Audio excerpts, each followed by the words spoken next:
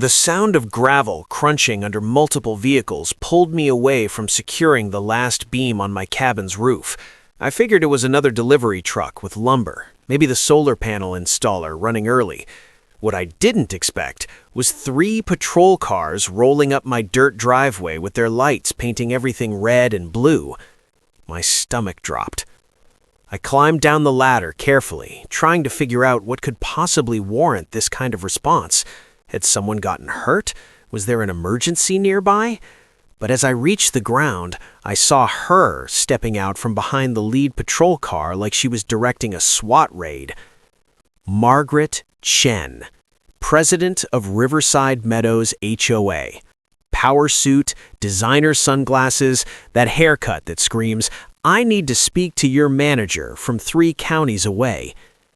"That's him, officers," she announced, her voice carrying that special blend of triumph and indignation. "That's the man who's illegally constructing an unauthorized structure on protected wetland property." My mind went blank for a second. Protected wetland? I looked around at my bone-dry construction site, surrounded by pine trees and rocky soil. The nearest water was 200 yards away. The lead officer, a woman named J. Martinez according to her badge, approached with that careful cop walk they all have, professional, measured, ready for anything. "Sir, I'm going to need to see some identification and any permits or documentation you have for this construction project." "Of course, officer," I said, keeping my hands visible as I reached for my back pocket. Over the past 2 months, I'd learned to keep everything important on me at all times. But I think there's been a serious misunderstanding here. Margaret practically lunged forward. "Don't let him fool you. I have certified surveys showing this entire area is part of our community conservation zone. The HOA board has jurisdiction over all development within our boundaries." Officer Martinez held up one hand toward Margaret without even looking at her, which I appreciated more than she could know. She took my license and the leather folder I'd been carrying religiously since this nightmare began. The folder contained my grandfather's original deed from 1948, the updated survey I'd commissioned last year, water rights documentation going back to territorial days, and every single permit the county had issued for my cabin. All perfectly legal, all perfectly legitimate. I watched Martinez's expression shift as she flipped through page after page. Her eyebrows rose. She glanced at me, then at Margaret, then back at the documents. "Ma'am," she said, turning to face Margaret with a tone that could freeze vodka. "According to these records, this gentleman owns not just this parcel, but a continuous stretch of property extending from Highway 47 all the way to Thompson's Point. That's approximately 11 miles of riverfront, including all water access points." Margaret's face went through an impressive color transformation, white to pink to red to something approaching burgundy. "That's impossible," she sputtered. "The HOA owns, we've always controlled, there must be some mistake." But Officer Martinez wasn't finished. She spread my survey map across the hood of her patrol car, and I helped her orient it correctly. "See here?" I pointed to the clearly marked boundaries. "This red line shows my property. Everything inside it belongs to me and has since my grandfather bought it for $8,000 after World War II. The other officers had gathered around now, studying the map with varying degrees of amusement. One of them, younger guy with a buzz cut, shook his head slowly. "Another HOA situation," he muttered to his partner. "Third one this month." Margaret looked like she was about to have a stroke. Her perfectly manicured hands gripped her designer handbag so tight her knuckles went white. "This is outrageous," she hissed. "Do you have any idea how much money our community has invested in maintaining this area? The hiking trails, the beach restoration, the—" "On my property," I interjected calmly, "without my permission, which technically speaking makes it trespassing and vandalism." You could have heard a pin drop. Officer Martinez handed back my documents with something that might have been a suppressed smile. "Sir, everything appears to be in order. Do you want to press charges for filing a false police report?" I looked at Margaret, who seemed to be trying to mentally calculate how badly this could go for her. The answer, based on her expression, was very badly indeed. "Not today," I said, "but I am going to put up proper boundary markers and no trespassing signs. Anyone who crosses them after that will be prosecuted to the full extent of the law." "You can't just—" "Ma'am," Officer Martinez cut her off with professional firmness, "you've wasted law enforcement resources on a false report. I strongly suggest you verify your facts before making any future complaints. We could cite you for this, but we're going to let you off with a warning, this time." The officers packed up and drove off, leaving Margaret standing in a cloud of dust, looking like someone had just told Santa Claus wasn't real. She stared at me with pure hatred before climbing into her white BMW and peeling out fast enough to spray gravel everywhere. I stood there for a long moment, heart still racing, trying to process what had just happened. This was supposed to be my dream project, my escape from 25 years of corporate stress as an aerospace engineer. Instead, it had turned into a war zone. But to understand how we got here, I need to take you back to where this whole mess started. My grandfather, William Peterson, was what you'd call a character. Grew up during the Depression, served in the Pacific during World War II, came home and decided he never wanted to deal with city living again. While everyone else was moving to the suburbs, chasing the American dream of white picket fences and new cars, Grandpa Will went the opposite direction. In 1948, he bought 240 acres of undeveloped land along the Clearwater River for what amounts to pocket change by today's standards, raw wilderness. No electricity, no roads, barely any trails, just forest, river, and solitude. He built a small cabin with his own hands, lived off the grid before that was even a concept people understood, hunted, fished, grew vegetables, collected rainwater. The family thought he'd lost his mind. My grandmother refused to live there full-time, so they compromised. She kept the house in town, he visited on weekends. I spent my childhood summers at that cabin. While other kids were at summer camps learning to make lanyards, Grandpa Will was teaching me how to read topographical maps, identify edible plants, fix a carburetor with nothing but baling wire and stubbornness.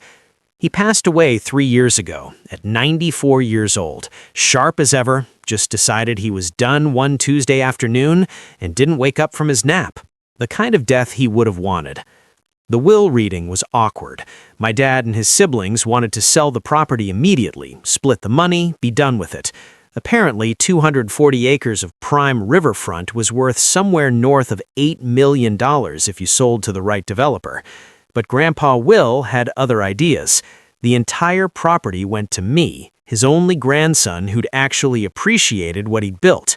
The cabin, the land, the water rights, everything.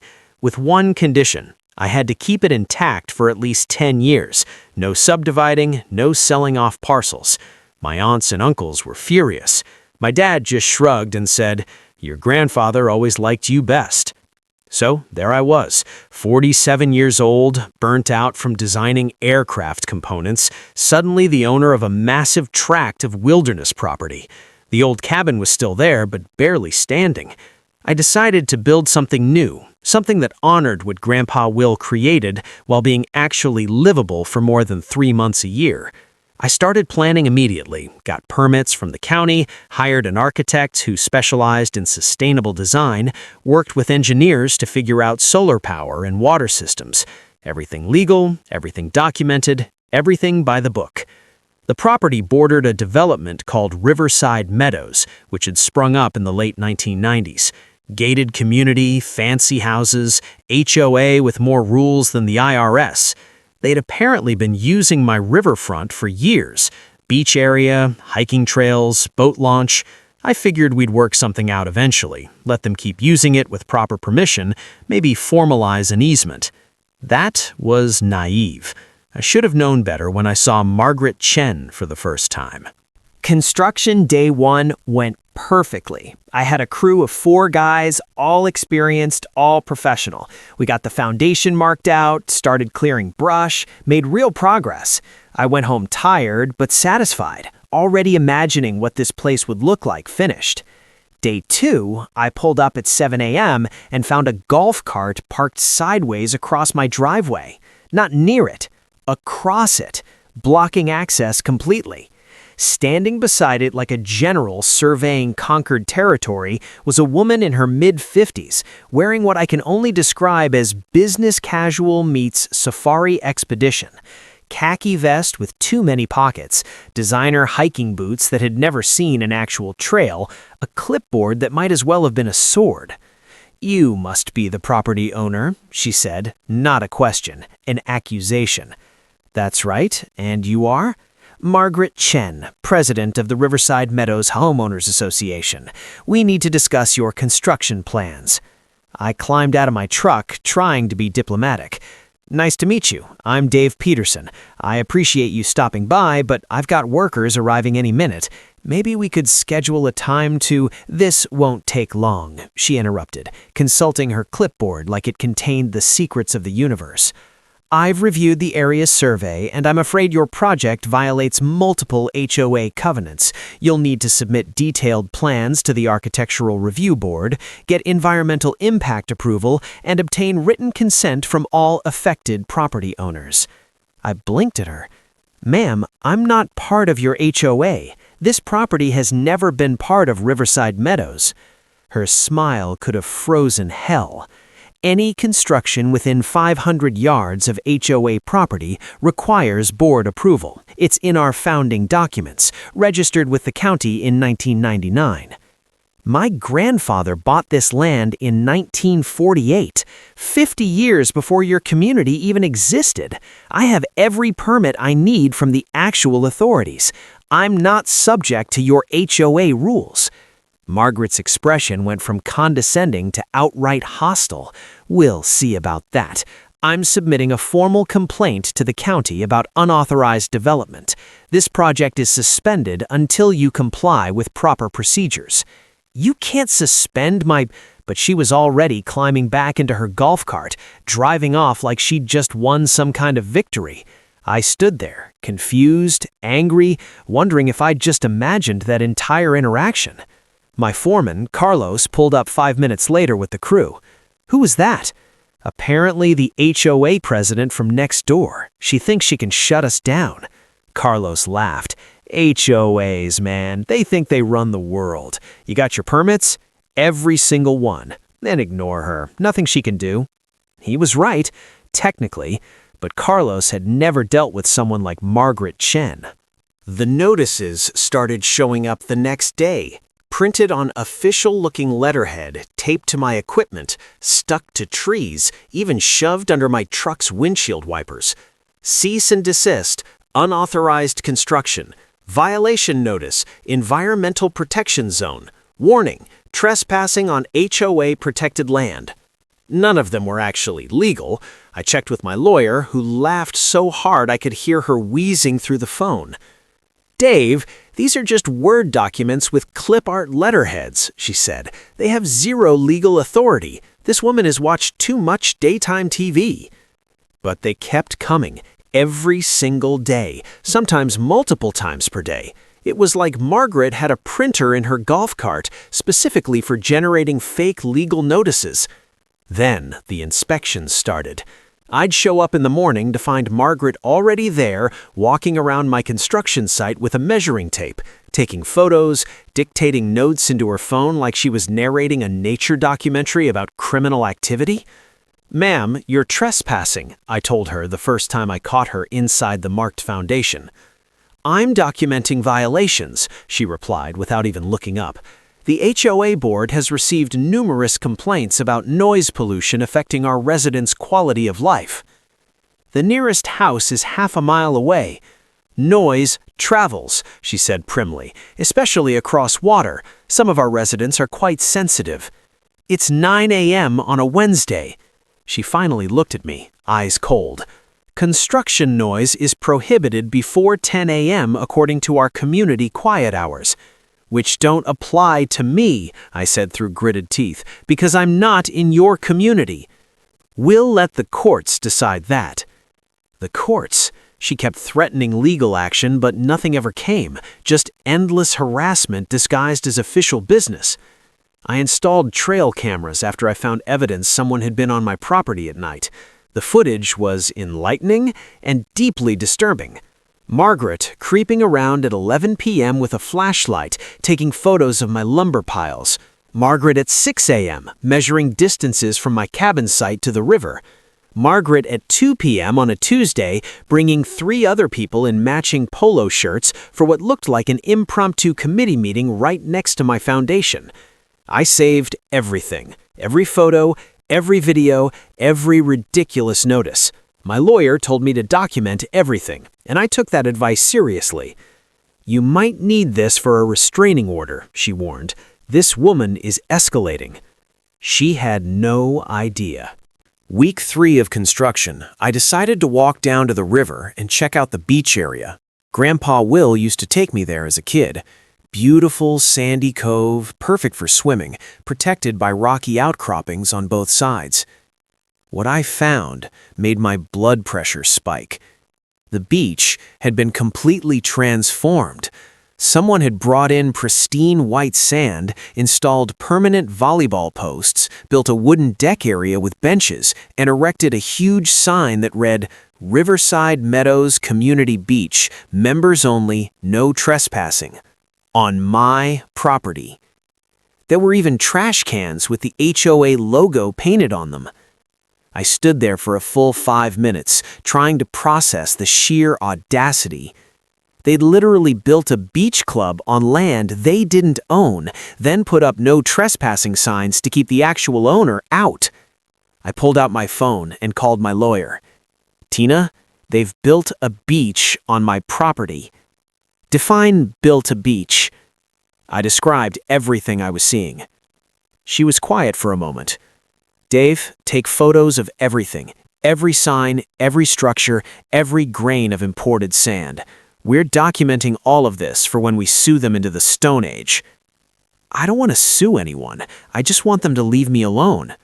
Well, they're not going to. This woman has convinced her entire HOA that they own your land. The question is how far you want to let this go before you shut it down completely. I took the photos, dozens of them, from every angle. Then I walked back up to my construction site, mind spinning with anger and disbelief. Carlos noticed my expression. Boss, you okay? Have you been down to the river? Yeah, nice beach setup. Figured it was part of the development next door. It's on my property. His eyes widened. Seriously? They've been using it for years, apparently. Just assumed they owned it. Man, that's bold. What are you going to do? I didn't have an answer yet, but I was starting to form one. The following Monday, I arrived to find a survey crew on my property. Professional guys with expensive equipment, measuring and marking and generally doing survey things. Morning, I called out. Can I help you? The crew chief, older guy with a sun-weathered face, looked up from his transit. Just doing a property survey for the HOA. Should be done by end of day. Did the HOA mention they don't own this property? He frowned. We were hired to survey the Riverside Meadows Conservation Zone. Been doing work for them for 5 years.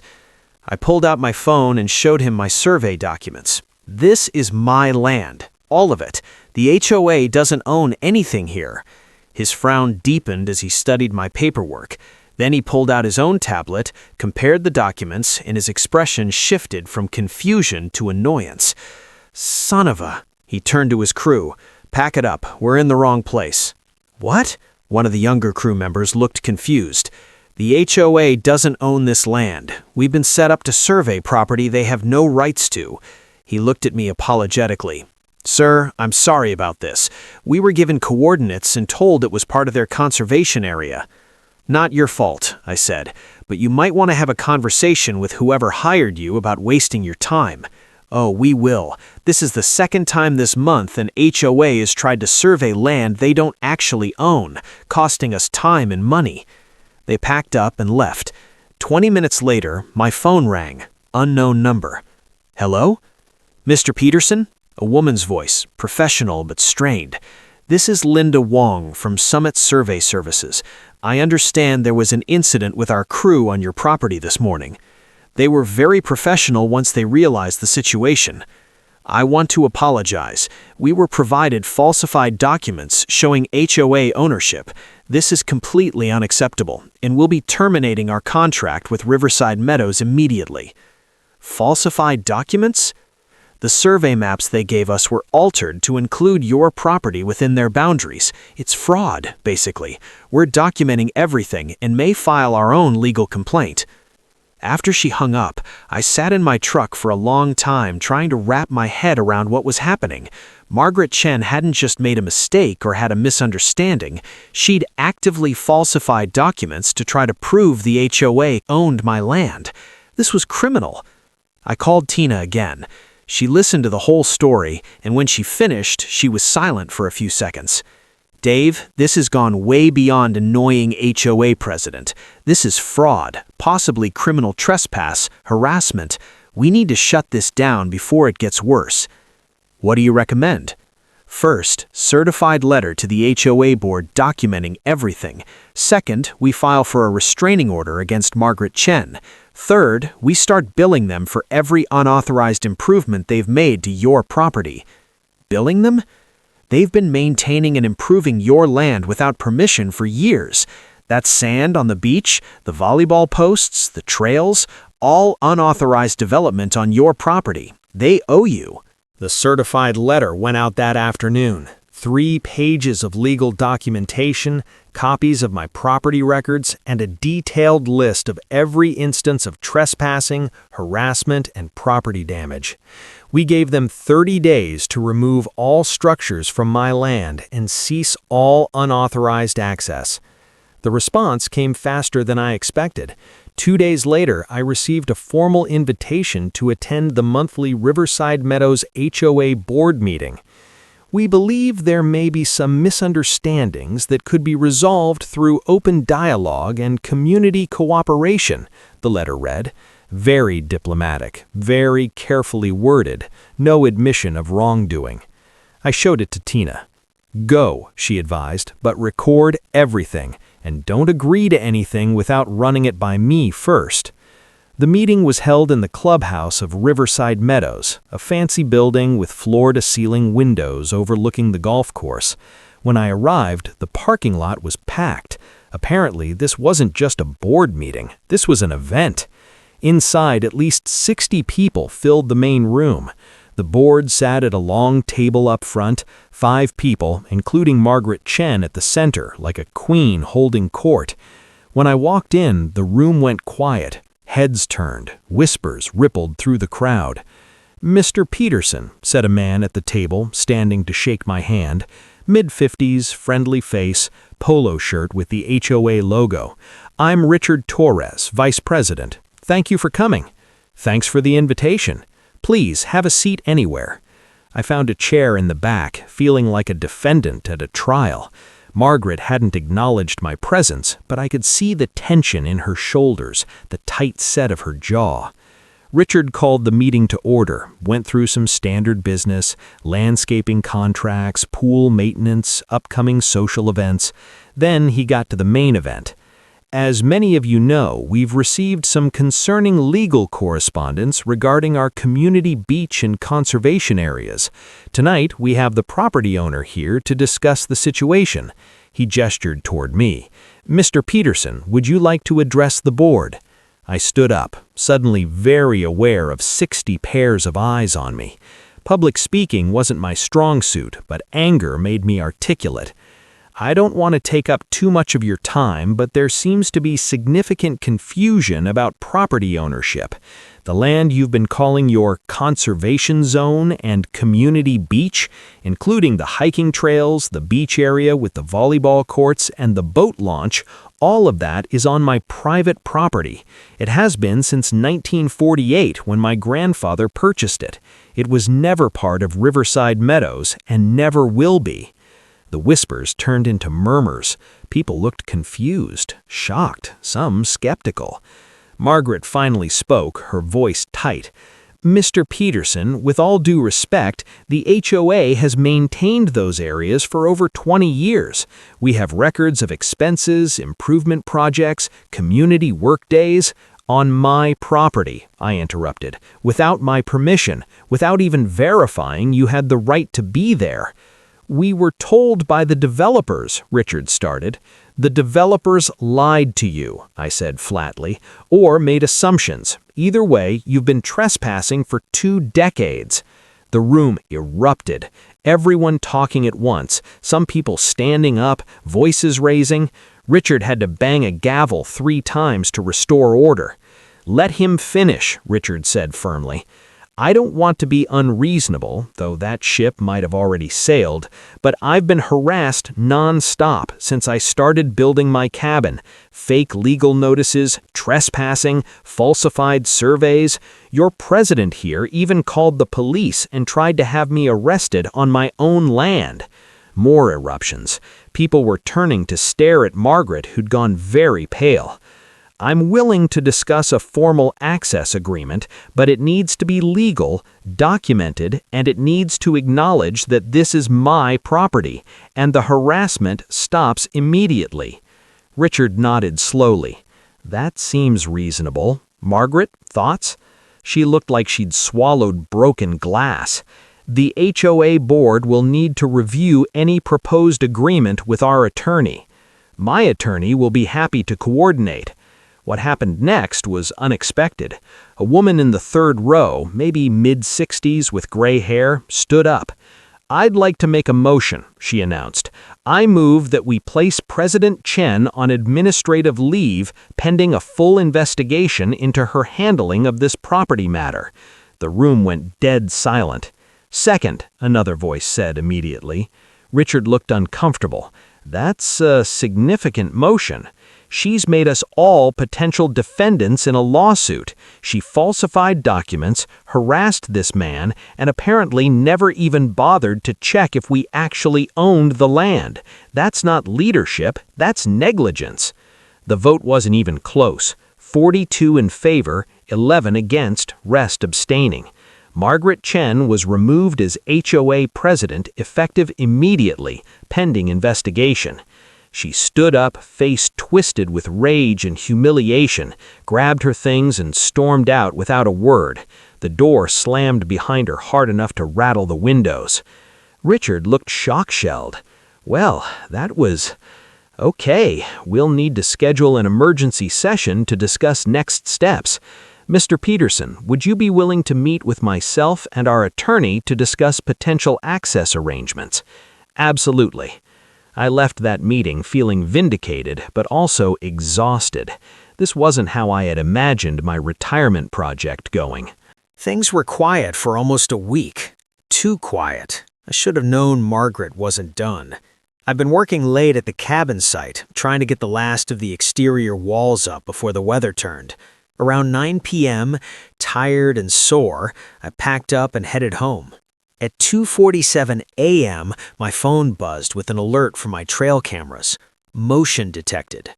I pulled up the live feed and watched in disbelief as Margaret Chen's white BMW crept down my driveway, headlights off. She parked near my equipment, got out, and started doing something to my excavator. It took me a second to process what I was seeing. She was pouring something into the fuel tank. Sugar? Sand? I couldn't tell, but it was definitely sabotage. I was already pulling on clothes, dialing 911. 911, what's your emergency?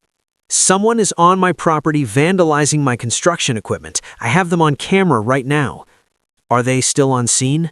Yes, active vandalism in progress. Units are on the way. Stay on the line. Do not confront the suspect. I drove to my property faster than I probably should have, staying on the phone with dispatch. By the time I arrived, Margaret had moved on from the excavator to my generator, doing something with a crowbar. 2 patrol cars pulled in right behind me, and this time I recognized Officer Martinez. "Mr. Peterson," she said, climbing out, "you've got camera footage?" Live feed right here. I showed her my phone. She watched for a moment, then sighed. That's Margaret Chen, isn't it? You remember her? How could I forget? Okay, where is she now? We found her trying to pry open my storage container, crowbar in hand, completely absorbed in destruction. When Martinez's flashlight hit her, she froze like a deer. Madam Chen dropped the crowbar and stepped away from the container. For a second, I thought Margaret might actually run. Her eyes darted around, calculating. But then her shoulders slumped, and she dropped the crowbar with a clang. She's trespassing on HOA property, Margaret said, but her voice had lost its authority. She just sounded tired. Ma'am, we've been through this. This isn't HOA property. They arrested her right there. Handcuffs, Miranda rights, the whole thing. As they were putting her in the patrol car, she looked at me with pure hatred. This isn't over, she hissed. But it was, and she just hadn't accepted it yet. When the sun came up, I could finally assess the full damage. It was worse than I'd realized. The excavator had sugar in the fuel tank, $4,000 repair. The generator had its control panel smashed, $1,200. She'd slashed the tires on my lumber delivery trailer, $800. Spray-painted obscenities across my tool shed, $500 for repainting. And she'd somehow managed to damage my solar panel array that had just been installed, $3,500. Total damages? Just over $10,000. Carlos showed up at 7 a.m., saw the destruction, and let out a low whistle. Boss, what the hell happened? Margaret Chen happened, at 2 in the morning with a crowbar and a container of sugar. You're kidding. I wish I was. Police arrested her. I've got everything on camera. That woman is unhinged. I spent the morning documenting everything for insurance and filing a detailed police report. By lunch, I'd heard from Detective Sarah Brennan, who'd been assigned the case. Mr. Peterson, I've reviewed the camera footage. It's pretty clear-cut. We're charging her with criminal trespass, vandalism, and destruction of property. Given the dollar amount and the fact that this is ongoing harassment, the DA is taking it seriously. Good. I should warn you, she's already posted bail. She's out. Is that safe? We've imposed a no-contact order as a condition of bail. She's not allowed within 500 feet of you or your property. If she violates that, she goes right back to jail. It should have made me feel better. It didn't. 2 weeks later, we were in court for the restraining order hearing. My lawyer had filed for a permanent protection order based on the pattern of harassment and the recent vandalism. The courtroom was smaller than I expected. Judge Patricia Morrison presided, a no-nonsense woman in her 60s who looked like she'd seen every variety of human stupidity and had patience for none of it. Margaret sat at the defendant's table with her attorney, a sharp-dressed man who looked expensive. She'd cleaned up for court. Conservative dress, minimal jewelry, hair pulled back professionally. The transformation from late-night vandal to respectable community leader would have been impressive if I hadn't seen the footage. My lawyer, Tina, presented our case methodically. Fake legal notices, trespassing documentation, falsified survey maps, police reports, and finally, the security camera footage of the vandalism played on a big screen for everyone to see. Watching it again, even I was shocked by how deliberate Margaret's actions were. This wasn't a momentary lapse. She'd come prepared with tools and supplies, systematically destroying my property. When the footage ended, Judge Morrison looked at Margaret with something between disappointment and disgust. Mrs. Chen, what do you have to say for yourself? Margaret's lawyer stood up. Your Honor, my client has served her community faithfully for 8 years as HOA president. This is an unfortunate situation arising from a genuine misunderstanding about property boundaries. Counselor, the judge interrupted, I just watched your client pour what appears to be sugar into a fuel tank at 2 o'clock in the morning. That's not a misunderstanding. That's vandalism. She was under extreme stress. Many people experience stress. They don't typically respond by destroying other people's property. Margaret finally spoke, her voice small. Your Honor, I was trying to protect my community. We've invested hundreds of thousands of dollars maintaining that land. The thought of losing access, I wasn't thinking clearly. You weren't thinking at all, Mrs. Morrison replied. Mrs. Chen, I'm granting a 5-year restraining order. You are not to come within 500 feet of Mr. Peterson or his property. You are not to contact him directly or indirectly. Violation will result in immediate arrest. She paused, shuffling papers. The criminal case will be heard separately, but I'm adding a note to the file that I believe jail time is appropriate, given the escalating pattern of behavior. Margaret's face crumpled. Her lawyer put a hand on her shoulder, but she shrugged it off, gathering her things with shaking hands. As we left the courtroom, Tina leaned over and whispered, "That went better than expected. She's going to jail?" "Probably. Between the vandalism, the falsified documents, and the pattern of harassment, yeah, the DA is pushing for actual time, not just probation." I should have felt triumphant. Mostly, I just felt tired. The criminal trial happened 3 months later. By then, I'd finished my cabin. Carlos and his crew worked overtime to get everything done before winter.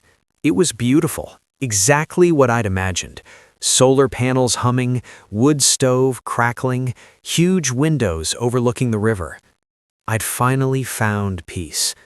But justice required one more appearance in court. The trial lasted 2 days. The prosecution presented a mountain of evidence: the camera footage, the fake legal documents, testimony from the survey crew who'd been tricked, financial records showing Margaret had used HOA funds to pay for fake surveys, and my own testimony about months of harassment. Margaret's defense was that she'd been doing her duty as HOA president, protecting community assets. Her lawyer painted her as a dedicated volunteer, overwhelmed by a complex property dispute. The jury didn't buy it. Guilty on all counts: vandalism, criminal trespass, fraud for the falsified survey documents, and harassment. Sentencing came 2 weeks later. Judge Morrison didn't look any more sympathetic than she had at the restraining order hearing. "Mrs. Chen, you held a position of trust in your community. You were supposed to be looking out for your neighbors' interests. Instead, you engaged in a sustained campaign of harassment against an innocent property owner. You falsified legal documents, you trespassed repeatedly, and when none of that worked, you decided to simply destroy his property in the middle of the night."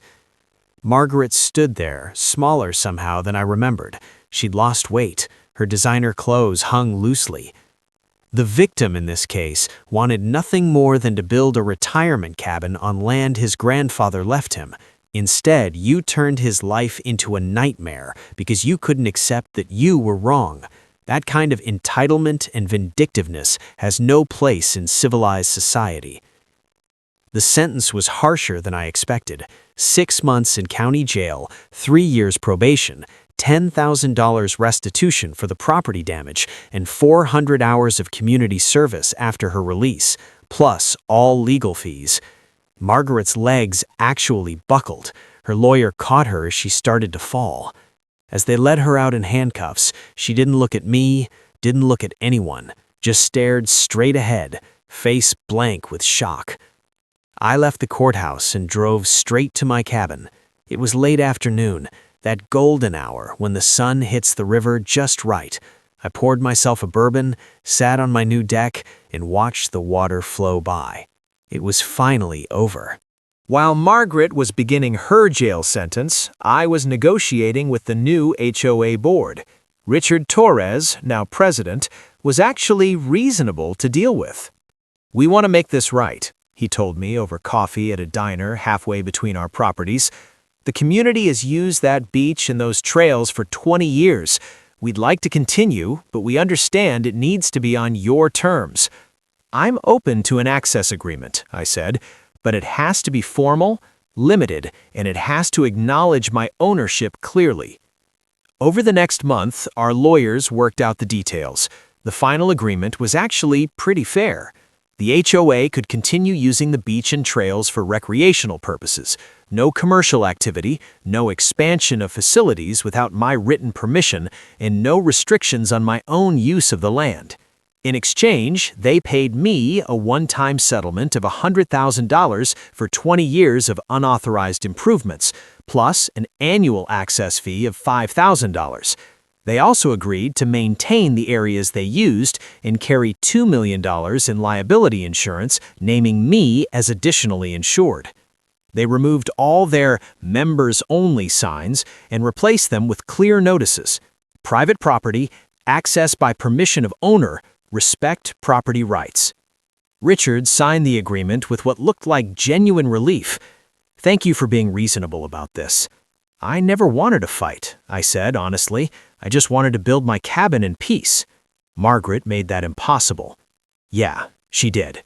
We shook hands, and that was that. The beach stayed accessible, I got compensated for past use, and everyone moved on. Except Margaret.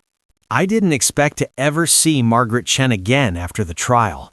She'd been ordered to stay 500 feet away, and I figured jail would have cured her of any interest in my property. I was wrong.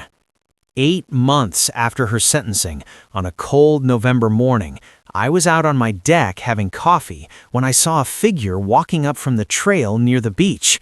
As they got closer, I realized with a jolt it was Margaret. She looked different, thinner, grayer, wearing a simple jacket instead of her usual designer gear. She stopped at what I assumed was the 500-foot marker, respecting the restraining order for once. I stood up, hand already reaching for my phone to call the police. "Wait," she called out. "Please, I'm not here to cause trouble. I just want to talk. You're violating the restraining order." "I know, that's how desperate I am." She held up her hands, showing they were empty. 5 minutes, that's all I'm asking." Against my better judgment, I walked down to meet her, staying about 20 feet away. "You're out of jail?" I observed. "Early release for good behavior. Spent the last 6 months doing a lot of thinking." She looked at the river, not at me. "I owe you an apology. A real one, not the one my lawyer made me give in court." I waited. "I was wrong," she continued, voice thick with emotion. "About everything. You weren't a squatter or a scammer or a threat to the community. You were just trying to build a cabin on land you legitimately owned, and I turned into a monster trying to stop you." "Why?" I asked. That's the part I never understood. Why go so far? She was quiet for a long moment. "Pride, I guess. I'd been HOA president for 8 years. I made decisions, people listened. I had power, I suppose. When you showed up with your property records, it meant I'd been wrong for years, that all my authority was based on a mistake. I couldn't handle that. So you doubled down." "I destroyed my life doubling down." She laughed, but there was no humor in it. "Lost my position on the board, obviously. Lost most of my friends. Turns out people don't like being associated with convicted criminals. My husband filed for divorce while I was in jail. I'm selling the house, moving to Arizona to live with my sister, starting over at 57. I didn't know what to say to that. "I'm not asking for forgiveness," she added quickly. "I don't deserve it. I just wanted you to know that I understand what I did was wrong, deeply wrong, and I'm sorry." She turned to leave, then paused. "Your cabin is beautiful, by the way. Your grandfather would be proud." Then she walked away, back down the trail toward the beach, and I never saw her again. I stood there for a while after she left, trying to process the encounter. Part of me was still angry. Part of me almost felt sorry for her. Mostly, I just felt relieved it was truly over. That was 2 years ago. My cabin is everything I hoped it would be. Off-grid, but comfortable. Peaceful, without being isolated. Mine, without question. I've gotten to know some of the Riverside Meadows residents. Most of them are nice people who just wanted access to a beautiful beach. They respect the new arrangement, stay within the designated areas, even wave hello when they see me. Richard Torres occasionally stops by to check if everything's working smoothly with the access agreement. We've become friends of sorts. He brings beer, I provide the deck with the view. We talk about property law and HOA horror stories. Turns out mine isn't even the craziest one he's heard. The local news picked up the story last year, ran a piece about HOA overreach that got picked up by a few national outlets. I declined most interview requests. The whole thing felt too personal to turn into a media circus. But I did let one reporter come out and visit, mainly because she wanted to focus on my grandfather's original vision for the land. That story was actually nice. Talked about conservation, sustainability, the value of protecting wilderness areas from overdevelopment. The HOA has been mostly quiet since the settlement. They have new leadership, new policies, and apparently a much more careful approach to verifying property boundaries. Richard told me they now require professional surveys before making any claims about ownership, which seems like a lesson learned the hard way. My legal fees were substantial. Probably $50,000 all told, but between the settlement, the annual access fees, and the peace of mind, it was worth every penny. Some nights, I sit on my deck and think about how close I came to giving up. Margaret's harassment was relentless, exhausting. If I'd been less stubborn, less certain of my rights, I might have walked away from Grandpa Will's legacy. But I didn't, and now I have exactly what he wanted me to have. A place to breathe, to think, to remember that there's more to life than conference rooms and deadlines. People ask me what I learned from the whole experience, usually at parties, when someone finds out about that HOA lawsuit guy. Here's what I tell them. First, document everything. Every interaction, every notice, every threat. I had cameras, I kept records, I saved every piece of paper. When it came time for court, I had an airtight case because I'd been meticulous. Second, know your property rights. Actually read your deed, understand your surveys, know exactly where your boundaries are. Don't assume anything, and don't let anyone else define what you own. Third, HOAs aren't inherently evil, but they attract people who love power and control. Most board members are fine, but the Margaret Chens of the world are out there, and they'll weaponize every rule and regulation if they think it'll get them what they want. Fourth, stand your ground, but pick your battles. I could have prosecuted Margaret for trespassing from day one. Instead, I tried to be reasonable, tried to find common ground. Only when she escalated to vandalism did I bring down the hammer. Fifth, get a good lawyer.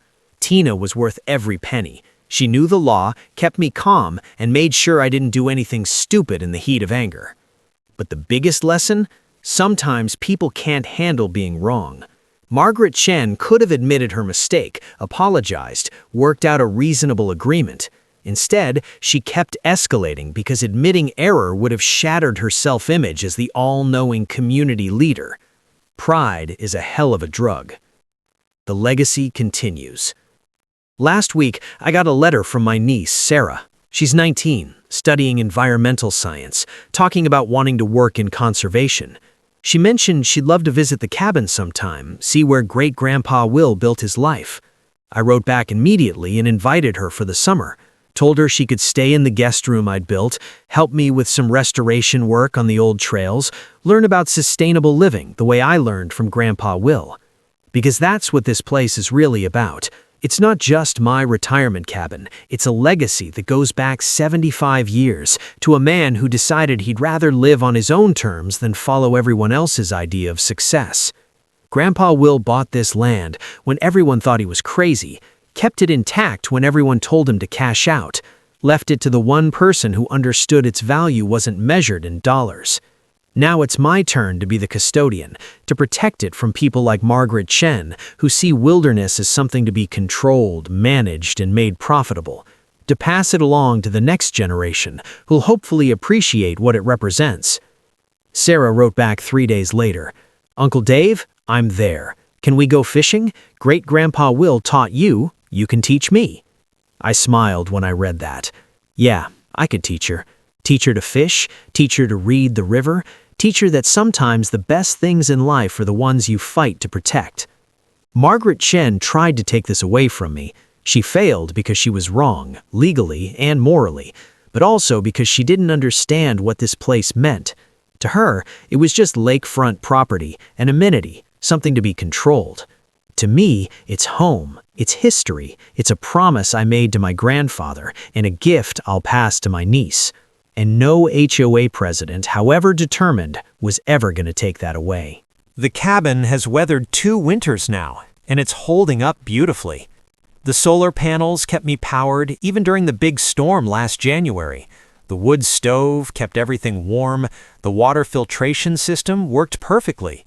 I've made improvements here and there, added a second deck on the east side for morning coffee, built a proper workshop in one of the outbuildings, put in a root cellar for food storage, just like Grandpa Will had in his original cabin. The beach situation has settled into a comfortable routine.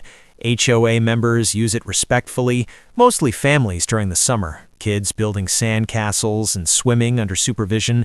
They clean up after themselves, respect the boundaries, and generally appreciate having access. Sometimes people ask if I regret not selling the land to the HOA after everything that happened. The answer is always no. This place is priceless to me, and I don't mean that in a real estate sense. I mean I literally wouldn't sell it for any price. Money comes and goes. Legacy endures. I think Grandpa Will would be proud of how I handled Margaret Chen. He always told me to stand up to bullies, but do it smart. Document everything, let the system work, don't stoop to their level. I followed his advice and it paid off. The view from my deck right now is spectacular. The river is running high from spring melt, sun sparkling off the water, mountains in the distance still capped with snow. An eagle just flew by, probably heading to its nest on the far shore. This is what Margaret Chen tried to steal. This is what I fought to keep. And every morning when I wake up here, I'm reminded that sometimes the best revenge is simply living well in a place that's yours, by right, by blood, and by love.